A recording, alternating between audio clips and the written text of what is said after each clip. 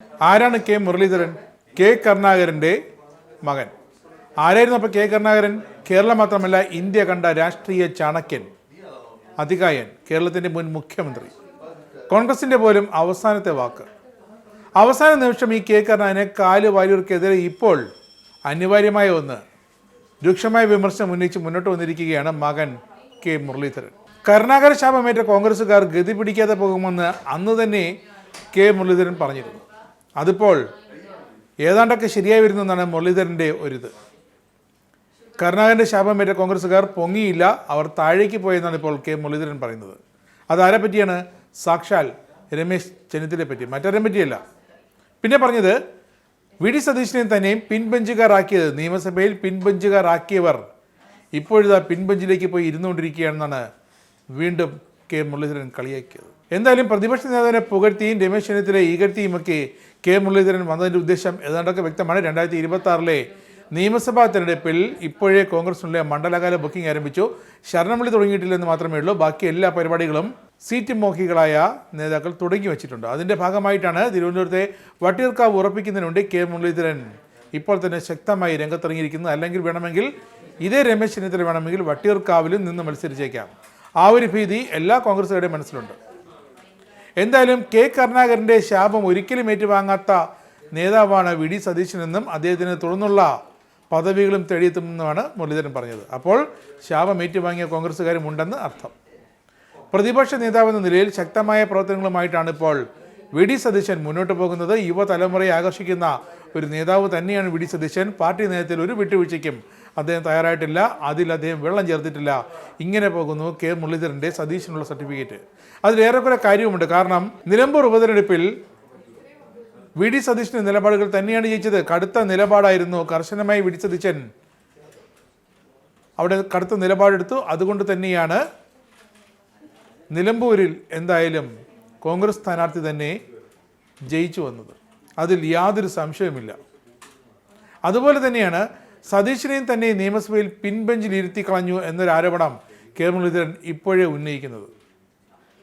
അങ്ങനെ ഇരുത്തിയവർ പിന്നീട് പിന്നിലായി എന്നാണ് മുരളീധരൻ പറയുന്നത്. നിയമസഭയിൽ താനും സതീശനും 1 അല്ല 2 അല്ല 5 അല്ല 8 വർഷം ഒരുമിച്ചുണ്ടായിരുന്നു. ഈ സമയം ഞങ്ങൾ രണ്ടുപേരും പിൻബെഞ്ചിലായിരുന്നു.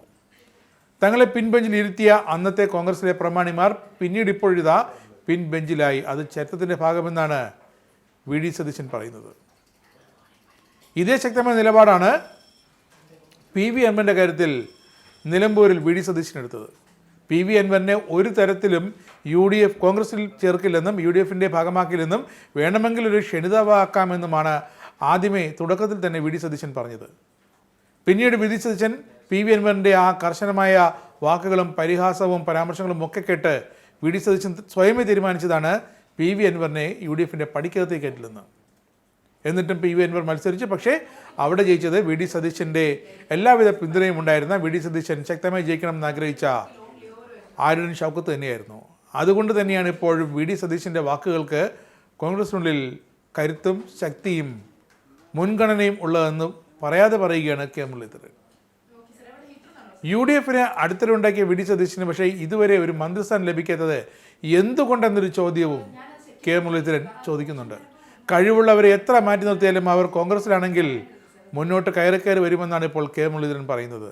ഇനിയും പ്രമുഖ സ്ഥാനങ്ങൾ അദ്ദേഹത്തിന് വരട്ടെ. മന്ത്രിയാക്കിയില്ലെങ്കിലും പ്രതിപക്ഷ നേതാവായി, അതായത് ക്യാബിനറ്റ് റാങ്കോടെ പ്രതിപക്ഷ നേതാവായി വി ഡി സതീശൻ ഇനിയും കൂടുതൽ പദവികൾ അദ്ദേഹത്തെ തേടി വരുമെന്നാണ് കെ മുരളീധരൻ്റെ പ്രവചനം. കെ കരുണാകരൻ്റെ ശാപം ഇതുവരെ വി ഡി സതീശൻ ഏറ്റുവാങ്ങിയിട്ടില്ല. അതുകൊണ്ട് തന്നെ ഒരു സ്ഥാനക്കയറ്റത്തിനും ഒരു തടസ്സവും ഉണ്ടാകില്ല. അത് സതീശൻ്റെ ഗുണമാണ്. എന്തായാലും കരുണാകരൻ്റെ മനസ്സ് വേദനിപ്പിച്ചവരൊക്കെ ഇപ്പോൾ വിഷമിക്കുകയാണെന്നും കെ മുരളീധരൻ വ്യക്തമായി അടിവരയിട്ട് പറയുന്നു. അതുമാത്രമല്ല, അധ്വാനത്തേക്കാൾ കൂടുതൽ പബ്ലിസിറ്റിയാണ് ഇപ്പോൾ പാർട്ടിക്കുള്ളിൽ തിളങ്ങി നിൽക്കുന്നതെന്നും കെ മുരളീധരൻ പറയുന്നു. ഇറങ്ങി പ്രവർത്തിക്കാനല്ല, റീൽസ് എടുത്ത് സമൂഹ മാധ്യമത്തിൽ ഇട്ട് ഷൈൻ ചെയ്യാനാണ് പല യുവ നേതാക്കൾക്കും താല്പര്യമെന്നും അത് നടക്കില്ലെന്നും ഒക്കെ കെ മുരളീധരൻ പറയുന്നുണ്ട്. റീൽ പബ്ലിസിറ്റി നേടുന്ന യുവ നേതാക്കളെ കെ മുരളീധരൻ ഓർമ്മിപ്പിക്കുന്നത് MA ജോൺ എന്നൊരു കോൺഗ്രസ് നേതാവ് നമുക്കുണ്ടായിരുന്നതെന്നാണ്. കോൺഗ്രസിലെ ആദർശത്തിൻ്റെ ഉദാഹരണമായ AK ആന്റണി എന്തോ കെ മുരളീധരൻ മനഃപൂർവ്വമോ അല്ലാതെയോ മറന്നുപോയെന്നൊന്നും കരുതാൻ. ഇസ്രായേലിന്റെ 5 സൈനിക താവളങ്ങളിൽ കനത്ത നാശനഷ്ടം. മോദി വെളിപ്പെടുത്തുന്ന ഇന്ത്യയുടെ വികസനത്തിന്റെ മയക്കുമരുന്ന് വിൽപ്പനയ്ക്കെതിരെ ശക്തമായ നടപടിയെടുത്ത് ഷാർജ പോലീസ്. അമേരിക്കയിലെ സാധാരണ മനുഷ്യരോട് കൂടിയാണ് കോൺഗ്രസിനുള്ളിൽ പങ്കുവയ്ക്കാൻ വി ഡി സതീശൻ. ഓപ്പറേഷൻ സിന്ദൂറിൽ ഉപയോഗിച്ച